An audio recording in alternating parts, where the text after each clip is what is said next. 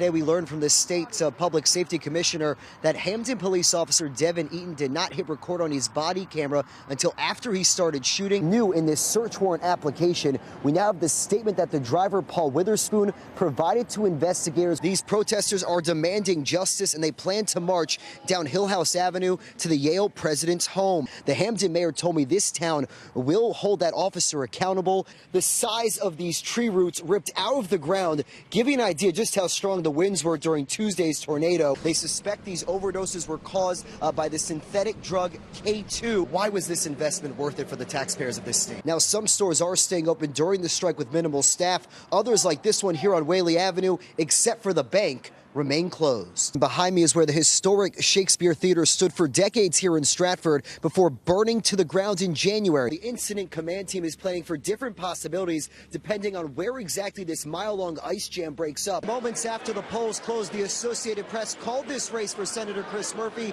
He will head back to Washington to serve his second term. When I called back this afternoon, I was transferred to a PR person. That went straight to voicemail, so at this hour, still no comment from the bus company. Throughout the regular season, there was much speculation about what would happen to the Celtics in the offseason. But it's playoff time in Boston. Safe to say 19 years and 6 Super Bowl rings later, that will be remembered as the greatest 6th-round selection of all time. NBC Connecticut's Justin Schecker live outside State Police headquarters in Middletown with our top story. Justin. Hey there, Mike and Keisha. Here are 3 big takeaways from what we learned this afternoon from the state's public safety commissioner. First, the Hamden police officer did not hit record on his body camera until after he fired shots and ran to the sidewalk. Second, investigators say they believe the Hamden officer fired first before the Yale police officer. And finally, the Yale police officer's body camera did not record any of this police shooting. Tonight, the view of last Tuesday morning's police shooting from Hamden officer Devin Eaton's body-worn camera is now public. This is unheard of, that we're putting it out so quickly. What's important is transparency and trust. Even though the Hamden officer did not hit record right away, Public Safety Commissioner James Ravella says investigators were able to recall this video showing the driver Paul Witherspoon open the door as Eaton starts to shoot. There are indications that he was told to open the door, yes.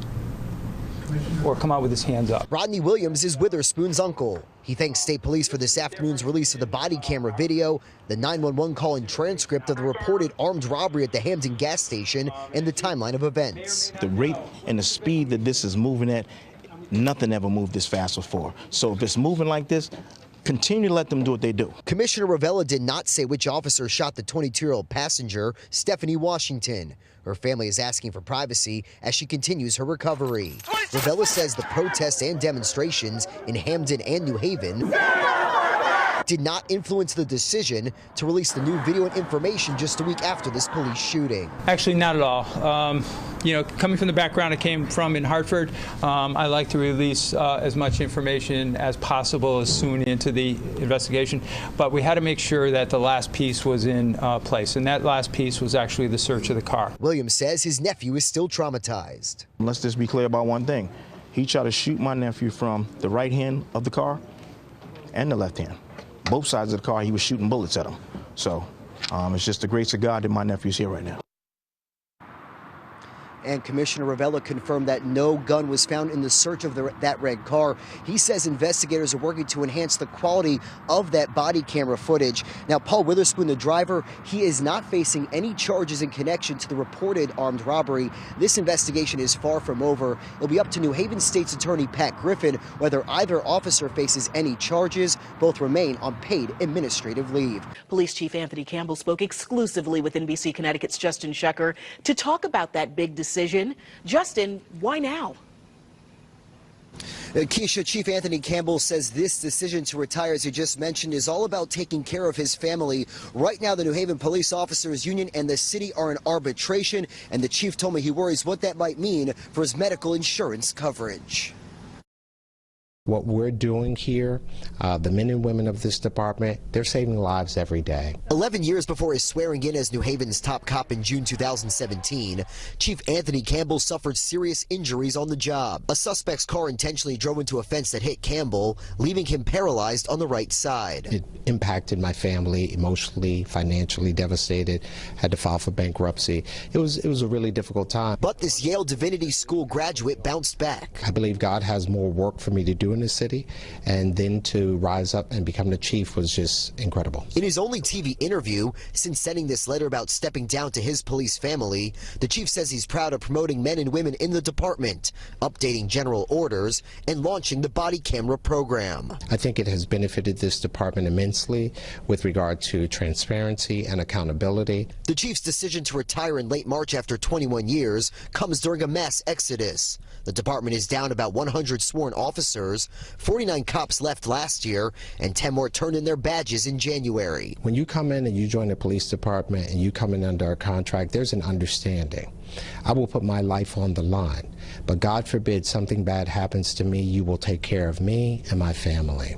And part of that is the medical benefits. The chief says the future of those medical benefits is uncertain as the city and police union's contract dispute is settled in arbitration. Nobody wins when we get to this point. His parting message to city leaders: I really hope and pray that the men and women of this department get treated well from the contract standpoint in the future, and that no future chief is ever put in this position where they have to leave a department that they love.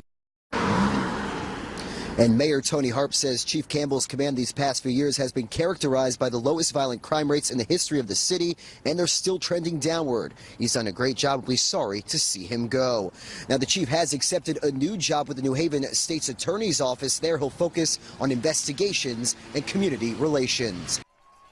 I'm excited about the ride. I'm nervous about the ride. It's my first ride. Kristen Skelly is a mom living in Madison and a teacher in her hometown, Guilford. Especially, after going through so much and closer to free, it seemed like the right time for me. I feel like enough time went by. Enough time since she began adjusting to a new normal after her battle with cancer. I think it's so important to pay attention to your body. The week of Thanksgiving 2014, Skelly felt a small lump in her right breast that led her to the doctors at the Smilo Cancer Hospital. In January, I underwent a double mastectomy. After recuperating from surgery, she spent the next several months undergoing chemotherapy and radiation. It was pretty aggressive, so the support of my family, friends, my Baldwin community where I work, the communities of Guilford and Madison really gave me so much strength. An old high school friend suggested she join his team for this September's Closer to Free ride. He wanted to honor me, but also his sister is a two-time breast cancer survivor.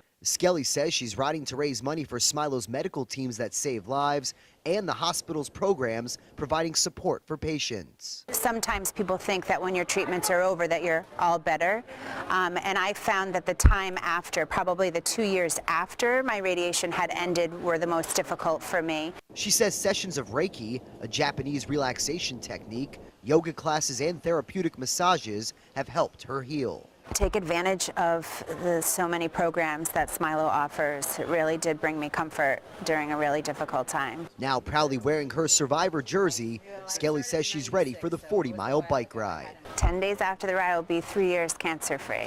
In New Haven, aggressive or not, you can get through it. Justin Schecker, NBC Connecticut News. 28-year-old David Seville has never put on the pads for Clemson, but he's an integral part of the college football powerhouse. In the same week his Tigers won their second national championship in 3 years, David was in New Haven to accept the Walter Camp American Hero Award.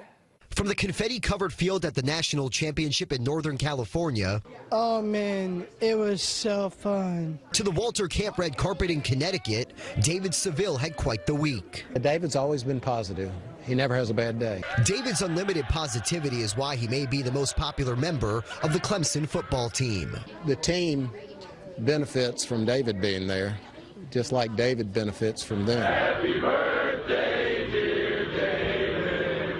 Happy birthday to you. Born Born with Down syndrome, David is a graduate of Clemson Life. It's a program that provides job training and prepares young men and women with intellectual disabilities to live on their own. David also just finished his 8th season as the football team's equipment manager. When the coaches were down recruiting in his high school, they found David. During Walter Camp weekend, David met patients at Connecticut Children's Medical Center in Hartford. Hi, this is David. He is with the Clemson football team. A special visit for a young man who had heart surgery when he was 11 months old. He's been very healthy all this time, and God's just blessed him. David is the 5th recipient of the Walter Camp American Hero Award. Coach Sweeney was just ecstatic when he found out that David got the honor, and he actually texted him on the way up and told him how proud he was of him. This is amazing award. It was so special to me. To accept the award, David had to skip the team's championship parade. He'll miss that, but we think it was worth it to be here. Saturday night, wearing his 2016 national championship ring, David posed for pictures with other award winners next to Archie Manning. And when it came time to take the stage, Football has been a big part of my life. he stole the show. Remember what Coach Sweeney said, the only disability in life is a bad attitude. Go Tigers.